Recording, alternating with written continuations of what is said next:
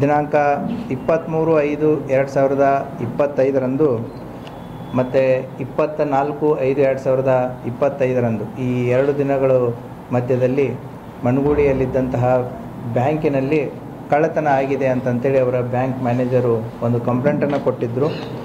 Bank safe locker ರೂಮನ್ನು ಒಳಗಡೆ ನುಗ್ಗಿ ಬ್ಯಾಂಕ್ನಲ್ಲಿದ್ದಂತಹ ಸುಮಾರು 53,26,00,000 ಮೌಲ್ಯದ 58 kg ಬಂಗಾರ ಮತ್ತು 5 ಲಕ್ಷ ರೂಪಾಯಿ ದುಡ್ಡು ಕಳ್ಳತನ ಆಗಿದೆ.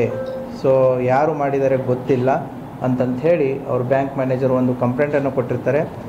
ಯಾಕಂತಂದರೆ ಆದಂತಹ ಘಟನೆ ಸ್ವರೂಪ ಮತ್ತು ಗಂಭೀರತೆಯನ್ನು ತಿಳ್ಕೊಂಡು ಈ ತಂಡಗಳನ್ನು ರಚನೆ ಮಾಡಿ ಪೊಲೀಸ್ ಇಲಾಖೆ ಕಾರ್ಯಪ್ರವೃತ್ತರಾಗಿರುತ್ತೆ. ಪ್ರಕರಣದಲ್ಲಿ ಆರೋಪಿಗಳಾದಂತಹ ವಿಜಯ್ ಕುಮಾರ್ ಮಿರಿಯಾಳು, ಸೊ ಈತ ಮುಂಚೆ ಇಲ್ಲಿ ಮಣ್ಣಗುಡಿಯಲ್ಲಿ ಬ್ಯಾಂಕ್ ಮ್ಯಾನೇಜರ್ ಆಗಿ ಕೆಲಸ ಮಾಡಿದಂತಹ ವ್ಯಕ್ತಿ ಆಗಿರ್ತಾನೆ. ಆತ ಆರೋಪಿ ನಂಬರ್ 1. ಎರಡನೇದವನು ಚಂದ್ರಶೇಖರ್ ನೆರಲ, ಈತ ಕಾಂಟ್ರಾಕ್ಟರ್ ಆಗಿಯೂ ಕೆಲಸ ಮಾಡ್ತಾನೆ. ಆಮೇಲೆ ಈತ ಕ್ಯಾಸಿನೋಗಳನ್ನು ಕೂಡ ಆಡೋದು ನಡೆಸೋವಂಥ ಒಂದು ಹವ್ಯಾಸವನ್ನು ಹೊಂದಿದ್ದಾನೆ. ಇನ್ನೊಬ್ಬ ವ್ಯಕ್ತಿ ಸುನಿಲ್ ಮೋಕಾ ಅಂತಂತೇಳಿ, ಇವನು ಕೂಡ ಈ ಚಂದ್ರಶೇಖರನ ಜೊತೆಗೆ ಅಸೋಸಿಯೇಟ್ ಆಗಿದ್ದು ಅವನ ಹತ್ತಿರ PA ರೀತಿಯಲ್ಲಿ ಕೆಲಸ ಮಾಡುವಂಥ ಒಬ್ಬ ವ್ಯಕ್ತಿ. ಇವನು ಕೂಡ ಈಗೇನು ಚಂದ್ರಶೇಖರ್ ಇದ್ದಂಥ ಎಲ್ಲ ಚಟಗಳನ್ನು ಕೂಡ ಇವನಿಗೂ ಇರುವಂಥ ಒಬ್ಬ ವ್ಯಕ್ತಿ. ಈ 3 ಈಗ ಆರೋಪಿಗಳನ್ನ ನಾವು ಬಂಧನ ಮಾಡಿದ್ದೀವಿ.